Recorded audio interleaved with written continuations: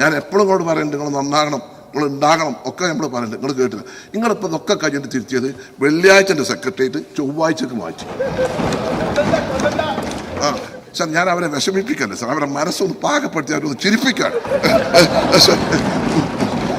അവർ സംഘർഷം ഉണ്ടാണ്ടായിട്ട് ചെയ്താൽ sir. G Sudhakaran sir പറഞ്ഞു, എന്നെ പറ്റി നന്നായി പറഞ്ഞു, പാപ്പാനെ പറ്റി നന്നായി പറഞ്ഞു. അദ്ദേഹം യഥാർത്ഥ കമ്മ്യൂണിസ്റ്റാണ്. അദ്ദേഹത്തിന് അറിയാം ആരൊക്കെയാണ് നല്ല ആൾക്കാരെന്ന് അറിയാം. യഥാർത്ഥ കമ്മ്യൂണിസ്റ്റുകാർക്ക് അതേ പറയാൻ കഴിയുള്ളൂ. നമസ്കാരം. നിലവിലെ പൊതുമരാമത്ത് മന്ത്രി PK ബഷീറിൻ്റെ വലിയ തരത്തിലുള്ള പ്രസംഗമാണ്, നിയമസഭയിലെ പ്രസംഗമാണ് ഇപ്പോൾ വലിയ തരത്തിൽ ചർച്ചയാകപ്പെടുന്നത്. നമുക്കറിയാം, മുൻ പൊതുമരാമത്ത് മന്ത്രി റിയാസിനെ സഭയിൽ വലിയ തരത്തിൽ നർമ്മത്തോടുകൂടി അല്ലെങ്കിൽ തമാശയോടുകൂടി ഇരുത്തുന്ന ഒരു വലിയ തരത്തിലുള്ള പ്രസംഗമാണ് അദ്ദേഹം മുമ്പോട്ട് കാഴ്ചവെച്ചത്. പല കാര്യങ്ങൾ എടുത്തു കഴിഞ്ഞാലും ഇപ്പം റിയാസിനെ ആയാലും അതുപോലെ തന്നെ റിയാസിൻ്റെ പിതാവ്, അതായത് നിലവിലെ ഈ പറഞ്ഞ പോലെ കേരളത്തിൻ്റെ പ്രതിപക്ഷ നേതാവായ പിണറായി വിജയനെയൊക്കെയും അലക്കി വിടുന്ന പല കാര്യങ്ങളും നമ്മൾ കണ്ടതാണ്. ഇപ്പം ഏറ്റവും പുതുതായി നടക്കുന്നത് PWD വിഷയവുമായി ബന്ധപ്പെട്ട് മുൻ മന്ത്രി റിയാസ് കൈകാര്യം ചെയ്യുന്ന കാര്യങ്ങളായിരുന്നു. അപ്പോൾ റിയാസ് ഈ പറഞ്ഞ പോലെ PWD ഒക്കെ ബന്ധപ്പെട്ട പല കാര്യങ്ങളും നിലവിലെ ഭരണപക്ഷത്തിനെതിരെ ആരോപണം ഉന്നയിക്കുമ്പോൾ PK ബഷീർ നല്ല കോമഡി രൂപത്തിലാണ് മറുപടി കൊടുത്തത്. ഈ പറഞ്ഞ പോലെ കഴിഞ്ഞ 8 വർഷ കാലയളവിൽ ഏകദേശം 24ഓളം പാലങ്ങൾ അല്ലെങ്കിൽ 24ഓളം റോഡുകൾ, അപ്രോച്ച് റോഡുകൾ ഇല്ലാത്തതിൻ്റെ ഭാഗമായി മാത്രം കേരളത്തിൽ പണി പൂർത്തിയായിട്ടും തുറന്നു കൊടുക്കപ്പെടാത്ത അവസ്ഥയുണ്ട് എന്നുള്ള തരത്തിൽ വലിയ കാര്യങ്ങൾ അദ്ദേഹം ആരോപിക്കുന്നു. മാത്രമല്ല, ജി സുധാകരനുമായി ബന്ധപ്പെട്ട് ജി സുധാകരൻ പലപ്പോഴും PK ബഷീറിനെയും അദ്ദേഹത്തിൻ്റെ പിതാവിനെയും പുകഴ്ത്തി പറയുന്നതുകൊണ്ട് PK ബഷീർ അതിനുള്ളൊരു മറുപടി കൊടുത്തത് ജി സുധാകരൻ കമ്മ്യൂണിസ്റ്റുകാരിൽ കുറച്ച് വിവരമുള്ള നേതാവാണെന്നും അതുകൊണ്ടാണ് അദ്ദേഹം CPM വിട്ടുകൊണ്ട് UDFിലോട്ട് വന്നത് എന്നുള്ളതും സ്വാഭാവികമായിട്ടും സത്യം വിളിച്ചു പറയാന്നുള്ളത് അദ്ദേഹത്തിൻ്റെ കടമയാണല്ലോ, അത് മാത്രമാണ് അദ്ദേഹം ചെയ്തത് എന്നുള്ള കാര്യങ്ങളൊക്കെ അദ്ദേഹം പറയുന്നുണ്ട്. എന്തായാലും വലിയ തരത്തിലുള്ള വാഗ്വാദങ്ങൾ നിയമസഭയിൽ നടക്കും. നമുക്ക് എന്തായാലും ഈ വീഡിയോ ഒന്ന് കണ്ടു നോക്കാം. സാർ, ആദ്യമായിട്ടാണ് മന്ത്രിയായിട്ട് ഒരു മറുപടി പറയണത്. ഒരു എനിക്കേറ്റവും അധികം തെരിച്ച്, കാരണം ഒക്കെ നമ്മളെ സുഹൃത്തുക്കളല്ലേ. സാർ, പൊതുമരാമത്ത് വകുപ്പ് എല്ലാവർക്കും സാർ വികസനം വേണം, എല്ലാവർക്കും റോഡ് വേണം, എല്ലാവർക്കും പാലം വേണം, എല്ലാവർക്കും മേൽപ്പാലം വേണം, ജംഗ്ഷൻ ഇമ്പ്രൂവ്മെൻറ്റ് വേണം, ബൈപ്പാസ് വേണം. അതൊക്കെ നമുക്ക് നടത്താം. എനിക്ക് നിങ്ങളോട് പറയാനുള്ളത് എല്ലാ ജനപ്രതിനിധികളോട് പറയും. ഇപ്പം എല്ലാവരും വന്ന് പുതിയ അംഗങ്ങളുണ്ട്, പഴയ അംഗങ്ങളുണ്ട്, എല്ലാവരും പറയുന്നത് ഇപ്പോൾ പാലം, ഉദാഹരണത്തിന് ഒരു പാലം ഉണ്ടാക്കണമെങ്കിൽ നിങ്ങൾ ഈ അപ്രോച്ച് റോഡിനുള്ള സ്ഥലം ജനപ്രതിനിധികൾ അത് സൗജന്യമായി വാങ്ങി തന്നാൽ എല്ലായിടത്തും നമുക്ക് ആവശ്യത്തിന് പാലങ്ങളൊക്കെ നിർമ്മിച്ചു കൊടുക്കാം എന്നാണ് എനിക്ക് നിങ്ങളോട് പറയാനുള്ളത്. അല്ല, അങ്ങനെ തന്നെ പറ്റുള്ളൂ. അക്വിസേഷന് പോയാൽ ഒരു പാലത്തിൻ്റെ ഒരു അക്വിസേഷന് പോയാൽ 2 കൊല്ലം 3 കൊല്ലം പിടിക്കും. എവിടെയാണ് ആ പാലം നടക്കുന്നത്? കഴിഞ്ഞ ഗവൺമെൻറ് കാലത്തും അതിന് മുമ്പുള്ള ഗവൺമെൻറ് കാലത്തും കുറേ പാലം ഉണ്ടാക്കിയിട്ടുണ്ട്. നിങ്ങൾക്കറിയാം, 24 പാലം പണി കഴിഞ്ഞിട്ട് 8 കൊല്ലമായി, അപ്രോച്ച് റോഡ് കിട്ടിയിട്ടില്ല. അപ്പോൾ അതിനൊരു മാറ്റം വരണ്ടേ? മാറ്റത്തിനാണല്ലോ ജനങ്ങൾ ഇരുത്തിയത്. പിന്നെ ജനപ്രതിനിധികൾ വിചാരിച്ചാൽ, പഞ്ചായത്ത് മെമ്പർമാർ, ജില്ലാ പഞ്ചായത്ത് മെമ്പർമാർ, നമ്മളൊക്കെ വിചാരിച്ചാൽ നാട്ടുകാർ സൗജന്യമായിട്ട് സ്ഥലം തരും. മെനക്കെട്ടാൽ കിട്ടും. ഞാൻ 15 കൊല്ലമായിട്ട് എൻ്റെ നിയോജക മണ്ഡലത്തിൽ എല്ലാവരും നാട്ടുകാർ സൗജന്യമായി സ്ഥലം തന്നിട്ടാണ് റോഡ് വീതി കിട്ടിയത്, പാലത്തിന് അപ്രോച്ച് റോഡ് കിട്ടിയത്. അതുകൊണ്ടാണ് എനിക്ക് ഏറ്റവും വികസനം കിട്ടിയത്. ബഹുമാനെ സജി ഇങ്ങനെ പറയണ്ടില്ല, ബഷീറിന് കിട്ടിയത് അങ്ങനെയാണ്. അപ്പം നിങ്ങൾക്കൊരു പോസിറ്റീവ് അപ്രോച്ച് ഉണ്ടാണല്ലോ, അതുകൊണ്ടാണ് അത്. ഞാൻ പറഞ്ഞത് എല്ലാവരും കക്ഷി രാഷ്ട്രീയത്തിന് അതീതമായി നാട്ടിൽ വികസനം വേണം. ഇനി കുറേ ആണ്ട് കൊടുത്തോണ്ട് നാട്ടുകാർ വോട്ടിയെന്ന് വിചാരിച്ച് നിൽക്കണ്ട. അതുകൊണ്ട് ഞങ്ങൾ തോറ്റ് 102 ഞാൻ പറയട്ടെ, ഞങ്ങൾക്കൊക്കെ 5 കോടി, ഇങ്ങൾക്കൊക്കെ 20-25 കോടി. ബഹുമാനോടെ ധനകാര്യമന്ത്രി ഉണ്ടായിരുന്നല്ലോ, അതൊക്കെ ആ 20% നിങ്ങൾ കൊണ്ടുവന്ന് തന്നെ നിങ്ങളെ നന്നാക്കാനാ, ഞങ്ങളെ ഇരുത്താനോ അതാ ഉണ്ടായത്. അത് കഴിഞ്ഞ പ്രാവശ്യം ഞങ്ങൾക്ക് കിട്ടിയില്ലല്ലോ. നിങ്ങളൊക്കെ ഇപ്പോൾ 62 മണ്ഡലങ്ങൾ ഇപ്പോൾ ഞങ്ങൾ ജയിച്ചു വന്നു. അത് ഞാൻ കണക്ക് നോക്കുമ്പോൾ തന്നെ ഞങ്ങൾക്ക് അറിയാലോ. ഇപ്പോൾ എനിക്കൊക്കെ കഴിഞ്ഞ പ്രാവശ്യം എത്ര കിട്ടിയേ? 6 കോടി. അപ്പോൾ ആ ഒരു വിവേചനം ഒന്നും നമ്മളിൽ ഉണ്ടാവില്ല, എല്ലാവരും പരിഗണിക്കും. നിങ്ങൾ പറയും പ്രൊപ്പോസ് ചെയ്തേര്. പിന്നെ ഫ്ലൈ ഓവർ, അതുപോലെ തന്നെ ജംഗ്ഷൻ ഇമ്പ്രൂവ്മെൻറ്റ്, ബൈപ്പാസ്, ഇതൊക്കെ നടത്തുന്നതിന് വേണ്ടി ഒരു സ്റ്റഡി നടത്തും. MLA നിർദ്ദേശം തരും. ഒരു വിദഗ്ധ സമിതിയെ നിയോഗിച്ച് 3 മാസം കൊണ്ട് അതിനൊരു പരിഹാരം ഉണ്ടാക്കി എവിടെയൊക്കെ വേണമെന്നൊരു തീരുമാനം ഉണ്ടാവും. യാതൊരു സംശയം വേണ്ട. ഇത്ര പാലൊന്നും ഞാൻ പറയണം. അക്ബർ അവിടെ ഇരിക്കും, ഇപ്പം തന്നെ ആക്കല്ലേ, ഞാൻ ഒന്ന് പറയട്ടെ കേട്ടോ. പിന്നെ സാർ, നമ്മുടെ PWD മാൻ 974 ഉണ്ടാക്കിയ മാനില്ല. 2012 ഉമ്മൻചാണ്ടി സാറിൻ്റെ കാലത്താണ് ഇബ്രാഹിം സാഹിബ് പോയപ്പം ചെറിയൊരു പരിഷ്കാരത്തിൽ സാർ അത് ഫുൾ PWD മാനുവൽ ഫുള്ളായിട്ടൊന്ന് പൊളിച്ചെഴുതി പുതിയൊരു PWD മാനുവൽ ഉണ്ടാവും. ഇവിടെ പലരും ശ്രദ്ധിച്ചു ഇല്ലെങ്കിൽ ഒരു വർക്കും നടക്കില്ല. നമ്മളിപ്പോഴും പഴയ കാലഘട്ടത്തിലാണ്. കാലത്ര മാറി. എല്ലാവരും പറഞ്ഞിട്ട് AI ഗോവിന്ദമാഷനെ പറഞ്ഞിട്ടില്ലേ, കാലഘട്ടത്തിലേക്ക് നമ്മൾ പോയിക്കൊണ്ടിരിക്കുകയാണ്, കമ്മ്യൂണിസ്റ്റ് സൈഡിലേക്ക് വരണമെന്ന് പറയില്ലേ. അപ്പോൾ അതേമാതിരി നമ്മൾ അതിൻ്റെ അനുസരിച്ചുള്ള ഒരു മാറ്റം, ആ ബാനറിന് മാറ്റുമ്പോൾ തന്നെ നമുക്ക് കഴിയും. പിന്നെ പ്രൊജക്റ്റ് സമയബന്ധിതമായി നമുക്ക് നടക്കണം. അപ്പോൾ നമ്മൾ ആ പ്രൊജക്റ്റ് നടത്താൻ ബഹുമാനപ്പെട്ട മുഖ്യമന്ത്രി ബഡ്ജറ്റ് തന്നെ പറഞ്ഞിട്ടുണ്ട്, പ്രൊജക്റ്റ് ഇംപ്ലിമെൻറ്റേഷൻ പ്രോട്ടോകോൾ നടപ്പാക്കുന്നത്. അത് ആദ്യമായി PWD നടപ്പാക്കുക. ഏതൊരു പദ്ധതിക്കും അതിൻ്റെ പെട്ടെന്ന് നടപ്പിലാക്കി അതിൻ്റെ റിസൾട്ട് വരാനുള്ള ഒരു സംവിധാനം പൊതുമരാമത്ത് വകുപ്പിൻ്റെ ഭാഗത്തുനിന്ന് ഉണ്ടാവും. പിന്നെ ഈ വികസനത്തിന് ഞാൻ നേരത്തെ പറഞ്ഞാണ്, ഭൂമി ഏറ്റെടുക്കുന്നതാണ് നമുക്ക് ഏറ്റവും വലിയ പ്രശ്നം. ഭൂമി ഏറ്റെടുക്കുന്ന പ്രശ്നം, അതിൻ്റെ നൂലാമാലകൾ ഒന്ന് കുറച്ച് കൊണ്ടുവന്ന് എങ്ങനെയാണ് അത് നമുക്ക് വേഗത്തിലാക്കാൻ കഴിയുക എന്നുള്ളത് നോക്കണം. എല്ലാ പദ്ധതികളും നമ്മൾ പറഞ്ഞിട്ട് നമ്മൾ 50 കോടിൻ്റെ പ്രൊജക്റ്റ് ഒരു 5 കൊല്ലം കഴിയുമ്പോൾ 150-200 കോടി റുപ്യയാണ്. അപ്പോൾ അതിനൊരു മാറ്റം ഉണ്ടാകണം. അപ്പോൾ എല്ലാവരും സഹകരിക്കണം.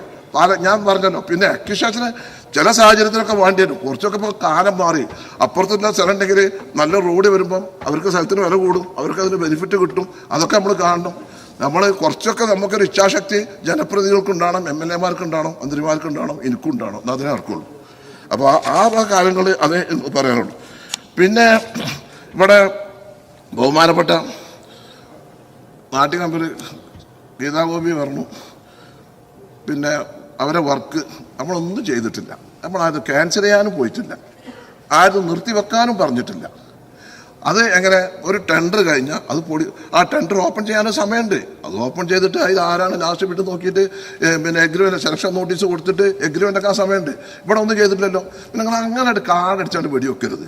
ഇതിൻ്റെ പാട്ട് നിങ്ങളിപ്പം ഞങ്ങളവിടെയാണ്, നിങ്ങളിവിടെയാണ്. ഇപ്പം നിങ്ങളെ മാതിരിയല്ല, ഞങ്ങൾ കുറച്ചും കൂടിയൊക്കെ ഒന്ന് നിങ്ങളോട് വളരെ ഞാനൊക്കെ തന്നെ മാറി ഞങ്ങൾ കണ്ടില്ലേ. അപ്പം അതിനനുസരിച്ചൊക്കെ നമുക്ക് കാര്യങ്ങൾ പറയാം. പിന്നെ ഇവിടെ പറഞ്ഞു ഉല്ലാസ് ബഹുമാനപ്പെട്ട കുന്നത്തിന് മുമ്പ് സൂചിപ്പിച്ചു, കുഴി അത് നിങ്ങളെ പറയണ്ട, മഴക്കാലായ കുഴി റോട്ടിലുണ്ടാവും, കേരള അത്. അപ്പോൾ നമുക്കതൊക്കെ റണ്ണിങ് കോൺട്രാക്ടറും മറ്റും കൊടുത്തിട്ട് പാച്ച് വർക്കും കാര്യങ്ങളൊക്കെ ചെയ്ത് അതൊക്കെ നന്നാക്കാം. പിന്നെ എല്ലാ നിർമ്മാണ പ്രവർത്തനങ്ങൾ, ഇറാൻ അമേരിക്ക പ്രശ്നങ്ങളുണ്ടായപ്പോൾ ടാറിനൊക്കെ മെറ്റീരിയൽസിനൊക്കെ വില കൂടിയിട്ടുണ്ട്. അത് ഒരു സത്യമാണ്. നമ്മൾ വന്നിട്ട് ഒരു മാസം 5-6 ദിവസമായിട്ടുള്ളൂ.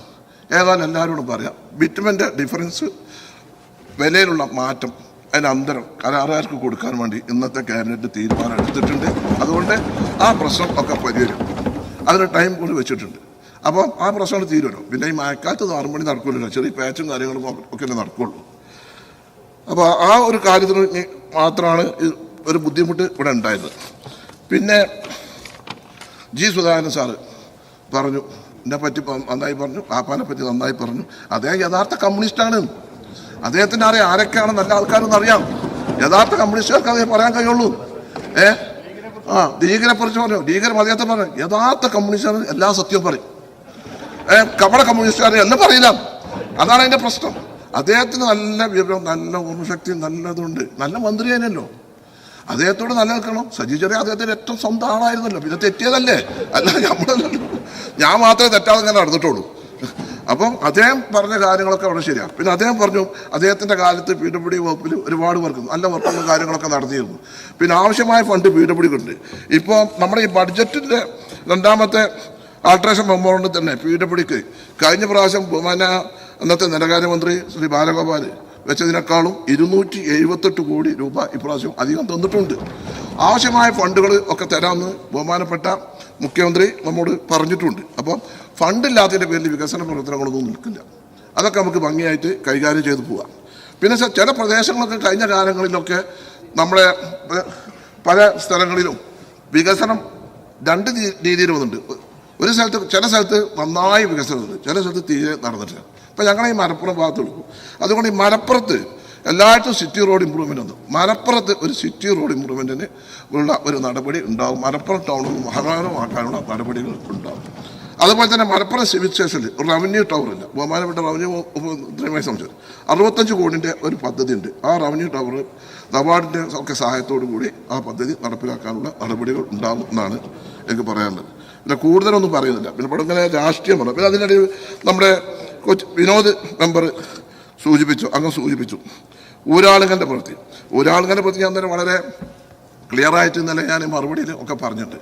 ഇതിനെന്താ പറ്റിയ വെച്ചാൽ ഊരാളുങ്കൻ്റെ വർക്ക് ലോഡ് കൂടാൻ കാരണം ഈ 10% ടെൻഡറിൻ്റെ ഡിഫറൻസ് ആയിരുന്നു. പക്ഷേ പിന്നെ പറ്റിയത് ബിഡ് കപ്പാസിറ്റി നോക്കാതെ എല്ലാ ടെൻഡറിലും അവർക്ക് പങ്കെടുക്കാനുള്ള ഒരു അവസരം കൊടുത്തു. ആ അവസരം കൊടുത്തപ്പോൾ ഇവർക്ക് എത്ര വർക്ക് ഉണ്ടെന്ന് അറിയാതെ, അത് പരിശോധിക്കാൻ കഴിയാതെ എല്ലാ വർക്കിലും അവർ പങ്കെടുത്തു. ആ പങ്കെടുത്തുകൊണ്ട് ഒരുപാട് വർക്ക് വന്നു. ഇപ്പം പല സ്ഥലത്തും വർക്ക് തുടങ്ങിയിട്ടില്ല, ചില സ്ഥലത്ത് 30% ആ തെറ്റായ രീതി ഉണ്ട്. ആ തെറ്റായ രീതി ചെയ്തിട്ടുണ്ടെങ്കിൽ അത് പരിശോധിച്ച് മുഖം നോക്കാതെ നടപടി ഉണ്ടാകും എന്നാണ് എനിക്ക് ആ കാര്യത്തിൽ പറയാനുള്ളത്. പിന്നെ ബഹുമാനപ്പെട്ട ജി സുധാകരൻ 500 കിലോമീറ്റർ റോഡ് പിന്നെ കോൺക്രീറ്റ് ചെയ്യണമെന്നാണ്. നമ്മൾ ഘട്ടം ഘട്ടമായിട്ട് നമുക്ക് ആ പദ്ധതി നോക്കാം. അദ്ദേഹത്തിൻ്റെ നിർദ്ദേശങ്ങൾ നമുക്ക് സ്വീകരിക്കാം എന്നാണ് എനിക്ക് പറയാനുള്ളത്. കൂടുതലൊന്നും പറയാം. പിന്നെ ഇപ്പം ഇലക്ഷൻ കഴിഞ്ഞു, ഒരു 1-2 രാഷ്ട്രീയ കാര്യങ്ങളുണ്ട്. ഇവിടെ പറഞ്ഞു ബിന്ദു കൃഷ്ണൻ്റെ തലയിൽ പായസം കൊണ്ടുണ്ട് അന്വേഷിച്ചു. അത് മാത്രമല്ല, ബഹുമാനായ മുൻ മുഖ്യമന്ത്രി പ്രതിപക്ഷ നേതാവിനെ പ്രോട്ടോക്കോൾ വിമാനത്തിൽ കയറാൻ പറ്റാതെ വന്നപ്പോൾ അത് അന്വേഷിച്ചിട്ട് അയാളെ പേരിൽ നടപടിയെടുത്ത ഗവൺമെൻറ്റാണിത്. പിന്നെ നിങ്ങൾക്ക് മാറിയോ? നിങ്ങൾ തിരുത്തുന്നു, നിങ്ങൾ തിരുത്തി. എന്താ തിരുത്തിയ CPM? നിങ്ങൾ എന്താ തിരുത്തിയത്? ഞാൻ എപ്പോഴും ഇങ്ങോട്ട് പറയുന്നുണ്ട്, നിങ്ങൾ നന്നാകണം, നിങ്ങൾ ഉണ്ടാകണം ഒക്കെ നമ്മൾ പറയുന്നുണ്ട്. നിങ്ങൾ കേട്ടില്ല. നിങ്ങളിപ്പോൾ ഇതൊക്കെ കഴിഞ്ഞിട്ട് തിരുത്തിയത് വെള്ളിയാഴ്ചൻ്റെ സെക്രട്ടേറിയറ്റ് ചൊവ്വാഴ്ചക്ക് മാറ്റി. അല്ല ഇതാണ് അല്ല മാറ്റം. നിങ്ങൾ മാറ്റം ഞാൻ പറഞ്ഞത് മാറ്റമാണ് പറഞ്ഞത്. അതൊക്കെ പറയും. കുറച്ചൊക്കെ ജോയി രാഷ്ട്രീയം പറയണ്ടേ? നിങ്ങളിങ്ങനെ ഞങ്ങൾ പറയുമ്പോൾ ഞങ്ങൾ അങ്ങോട്ട് തരണ്ടേ? പിന്നെ പിന്നെ ഇപ്പം നിങ്ങൾ പറയുന്നത് PM ശ്രീ, നിങ്ങൾ അതിനെ അവിടെ കുട്ടി ഉണ്ടായിക്കാണ്ട് പിന്നെ അത് അബോർഷൻ ചെയ്യാൻ വേണ്ടി നമ്മോട് പറയണ ഏർപ്പാടാക്കുന്നത്. ഞങ്ങൾ ആലോചിച്ച് നോക്കി. നിങ്ങളെല്ലാം ആപ്പാ, നിങ്ങളെല്ലാം ഒപ്പിട്ട് കൊടുത്ത്, ഞങ്ങളെല്ലാം ഒപ്പിട്ട് കൊടുത്ത്. അപ്പോൾ ഈ ഒരു കാര്യം നിങ്ങൾ പറയണ്ടേ? നിങ്ങളൊന്ന് ആത്മാർത്ഥമായി നെഞ്ഞത്ത് കൈവച്ച് നിങ്ങൾ പറയും. നിങ്ങളെല്ലാം ഒരാൾ ഇത് അപ്പോൾ അതുകൊണ്ട് സാർ ഞാൻ കഴിഞ്ഞു സാർ, ഞാൻ അവസാനിപ്പിച്ചു സാർ. ഞാൻ അവരെ വിഷമിപ്പിക്കല്ലേ സാർ, അവരെ മനസ്സൊന്ന് പാകപ്പെടുത്തി അവരൊന്ന് ചിരിപ്പിക്കാണ് സാർ. അവർ സംഘർഷം ഉണ്ടായിട്ട് ചെയ്താൽ സാർ. അപ്പം ഈ വക കാര്യങ്ങളാണ് നമുക്ക് പറയാനുള്ളത്. അതുകൊണ്ട് നമുക്ക് പുതിയൊരു ഗവൺമെൻറ് വന്നു, വികസനം വേണം, എല്ലാവരുടെയും സഹകരണങ്ങൾ വേണം. നമ്മളെല്ലാവരുടെയും രാഷ്ട്രീയമോ അല്ലെങ്കിൽ ഒരു പാർട്ടി വിയോജനമോ കാര്യങ്ങളൊന്നുമില്ല. എല്ലാ സ്ഥലങ്ങളിലും വികസനം നടക്കണം. അത് നിങ്ങളുടെ നിർദ്ദേശങ്ങളും കാര്യങ്ങളൊക്കെ തന്നാൽ അതൊക്കെ നമുക്ക് പരിഗണിക്കാം. യാതൊരു പ്രയാസമില്ല. ഞാൻ വയനാട്ടിലെ സമയമല്ല, പിന്നെ എല്ലാവർക്കും നമുക്ക് ഉണ്ടാക്കും, പിന്നെ അടുത്ത ഡിബേറ്റിലാക്കാം. അപ്പം ഇത്രയും കാര്യങ്ങൾ നിങ്ങൾ നല്ല ആളാണ്, നല്ല സുഹൃത്താണ്, നല്ല സൗഹൃദനാണ്, ശുദ്ധനാണ്. പിന്നെ സുധാകരൻ സാറിനോട് ഇങ്ങോട്ടുള്ള ദേഷ്യം എന്നോട് കാണിക്കരുത് എന്നാണ് എനിക്ക് ഇങ്ങോട്ട് മാത്രം പറഞ്ഞുകൊണ്ട് സാർ.